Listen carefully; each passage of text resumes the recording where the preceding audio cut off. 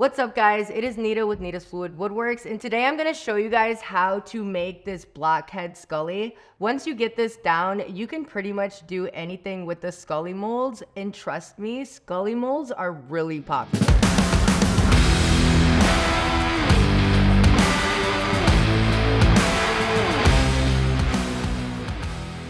I'm Nita, and I own Nita's Fluid Woodworks. I'm from Clio, Michigan. So when I started Nita's Fluid Woodworks, I was really inspired by YouTube videos. I saw this substance, resin. I had no idea what it was. And within about a week, I bought my first resin. It was the worst resin I've ever used, but I made my first piece and it sold. And I made a second piece and it sold. And I gave it a name and a Facebook page, and I just kept making things.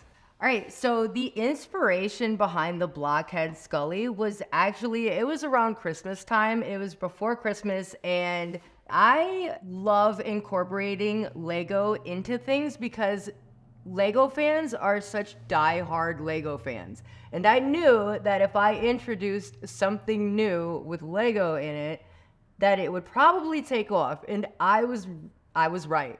Every single one that I made, they flew off the shelves. So my inspiration behind this was just knowing to think outside of the box, knowing what my Lego skateboard did, and kind of just going off of that.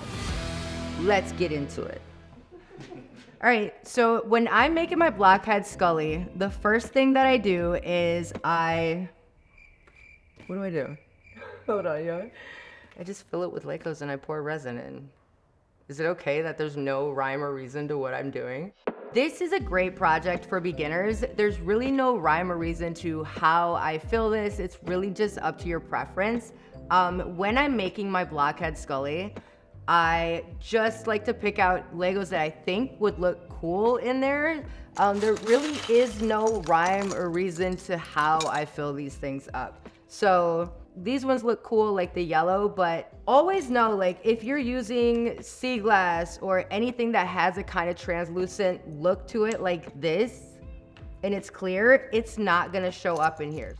All right, when it comes to buying my molds, I used to get them on Amazon, but I found out recently that you can get the same Skully molds on Temu for like $2, $3. This is not an ad for Temu, it's just cheap molds that work really, really good. So this is a really good project for beginners because there's really no rhyme or reason to how you fill these. It's just like, do you want certain colors in there? Do you want certain characters in there? That's a crayon. But stuff like this, like, I like incorporating these into my skateboards and stuff like that. It really just looks cool. And the little tires, and just have fun with it. Like, I know this can be kind of intimidating because it is in a mold and you don't really know what it's gonna look like until you demold it. But I promise you, once you get the hang of it, you're gonna just know, you know what I mean? So I'm gonna be using Promise Epoxy Deep Pour Resin. I've already mixed some up right here. And make sure you protect your hands and your surfaces, your eyeballs, your lungs. And I like to leave room. You can do a clear, all clear Skully. I like to add an opaque layer just to give it that kind of layered, that dimensional look. So I fill it up to about right there. All right, so once you get your resin in, I like to just move them around so that way the resin can get and cover all the sides. You don't just want plain Lego like sticking out the side of it and not having any resin covered. So the more you move it around, it allows the air pockets to come out. So I'm actually gonna fill it up a little bit more. And as you can see, like, there's literally no bubbles in there. Like I said, this is super, super simple. We're gonna let this cure up and then we're gonna do an opaque layer over top. If you don't want an opaque layer, you can just fill it up clear. I like to let this set just so that way when I finish the bottom of it, I'm not sanding Legos. Social media has influenced my business. It's impacted my business in the craziest ways. It has given me access to different people like all over the world.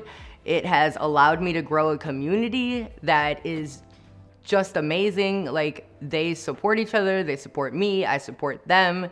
I think it's really opened a lot of doorways for me that I never, ever thought possible. Like, being in Michigan, in Clio, it's kind of small, so having social media has just allowed me to like reach every corner of the earth, I feel like.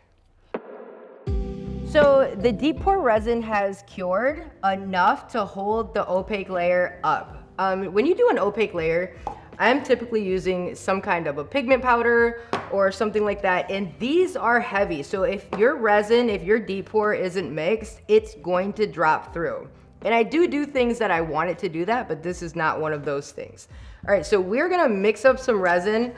And there's ways, like you can take the length and the width and the depth and all of that stuff. I'm just gonna eyeball it, and we're gonna protect our hands and our eyeballs and our surfaces and mix up some tabletop resin. When I do my opaque layers, I typically like to do a tabletop resin so that way I can just demold it the next day, sometimes even that night, depending on how thick you pour it. So we're gonna take B and A. All right, so we're gonna do 3 of this, and then 3 of your A. Okay, so I wanna talk about measuring out your resin. A lot of people message me because their pieces aren't curing right. And sometimes people measure their resin by weight when it specifically says to measure it by volume. So learn your product. You have to get to know whatever product it is that you're using, because if you're measuring by weight, this weighs more than this, and it's not gonna be the same. That is not 1 to 1. That's actually like 1 to 100 or some crazy number like that. Okay? So we're just gonna mix this up, and I'm actually gonna get it in some warm water. And as you're mixing, make sure you scrape your sides and the bottom of your cup. And I don't suggest adding your coloring in until around the end, when you know that your resin is mixed really good, especially if you're just starting out working with resin. Reason being is because you can't look for the signs that your resin is mixed if the color is in there. So you can't look for those lines, you can't see the cloudiness, you can't see the clarity, you can't see any of that if you add that blue in there right now.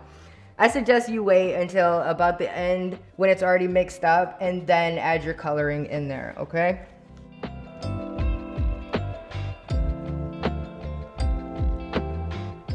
All right, so when you take your cup out of the water, always make sure you dry your cup off. Don't want the water and the resin mix. It's like oil and water, don't mix.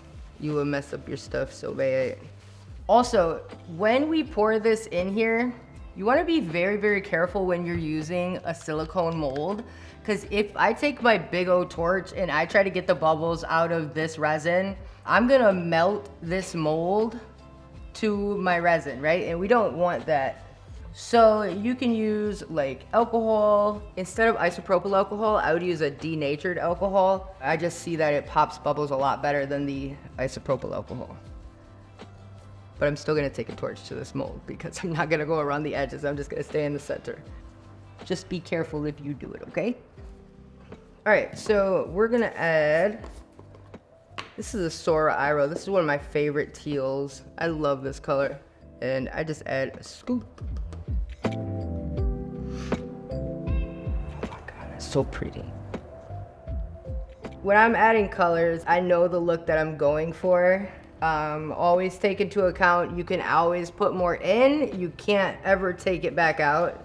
So if you're unsure of how opaque you want something, or how deep or dark or whatever that you want something, start with a little bit and then work your way up, because you can always put more, but you cannot take it out. So this resin is going to shrink down a little bit, so you're gonna try to get it as full as you can. Take your time.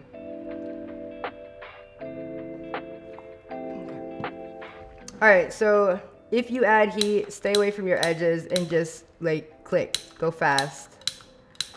And you're going to come back in like 5 minutes. So I do that. And if you just wait, like you can see they're coming up, because this isn't gonna take 24 hours to cure. It's a 24-hour resin, but I just broke like every single rule that's on that bottle and I poured it a 1/4 inch thick, and it'll be cured probably in about 12 to 16 hours, okay? What in your life are you most thankful for? I would say the ability to try again. Like, life is full of opportunities that I don't get things right the first time. I didn't have a lot of great guidance in my upbringing, so you always get a chance to do it better the next time. So yeah, that would be it. A lot of people always ask me why I'm so open with my story and my journey, and why do I incorporate those things into my business. I'm in recovery. I've been to prison, I've been homeless, I have been all of those things, and I decided to change everything. Like, I literally had to change everything. And right now in my life as a mother and a business owner and a woman just in today's society, an entrepreneur, like, I find that lifting up other people also in turn helps me. Like, that is where I find my peace. All right, we're gonna demold the Blockhead Skully. This is like the best part, because I don't get to see what this looks like until I take it out. So I'm like working blindly, and I don't get to see the results of my stuff until I take it out. And I'm always so satisfied. So this I called the Blockhead Skully because I can't say the other word on socials. As you can see, like, yes, it's clear, but it's not clear enough for me. Like, I want more, right? So I'm gonna take this, I'm gonna set it on here, and I am gonna take some pre-mixed tabletop resin, and I'm just using the tabletop Promise Epoxy that I used for the opaque layer, and it's a little bit different flooding a vertical surface than it is like something that's flat. So gravity is going to be working against you, but it's okay. So I'm going to take, and I'm going to make sure that there is no surface tension anywhere on here, and just make sure all your stuff is covered. And then you really get to see it come to life. All right, so you add some heat, and like I said, we're gonna let gravity help us out in this one. So I call this riding the wave, and you'll see exactly what I'm talking about. So when you start at the top, you're gonna see this like kind of wave of resin right there, and you're gonna follow that down, and that's gonna give you a perfect finish. And you're just gonna do that all the way around. It's just that little wave, and then you follow it all the way down. If you see something that isn't flooding right, you can just take a gloved hand or a little popsicle stick or something and tap it, add some heat. Gucci. She pretty. Look how pretty that is. A lot of people ask me, how do I do vertical surfaces? That's how. All right, guys, so the top coat has cured. The only thing we have left to do is get these little drips off. One thing I like to do is, if they are too aggressive and they can rip your sanding pad, you can take a file and just kind of sand the tips down. These are not bad though, but just a little FYI, I do like to use these because sometimes it is super aggressive and the drips are just massive. All right, so with this sander, it is connected to the Festool dust extractor. So this is a dustless system. If you don't have one, I do suggest wearing a respirator made for dust particles. So I'm gonna go in with 80 grit and then go up to 150, add some oil, and we'll be done with this Blockhead Skully.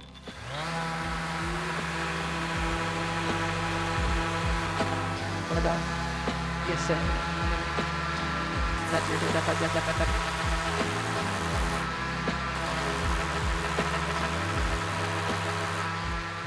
So I like to finish it off with me pressing down like this because you want it to sit flat when it's done. So that's why I swapped hands. All right, after the 80, we're gonna go up to 150 and then we're gonna just put a hard oil finish on the bottom, and that is going to give it the finished look that we're going for.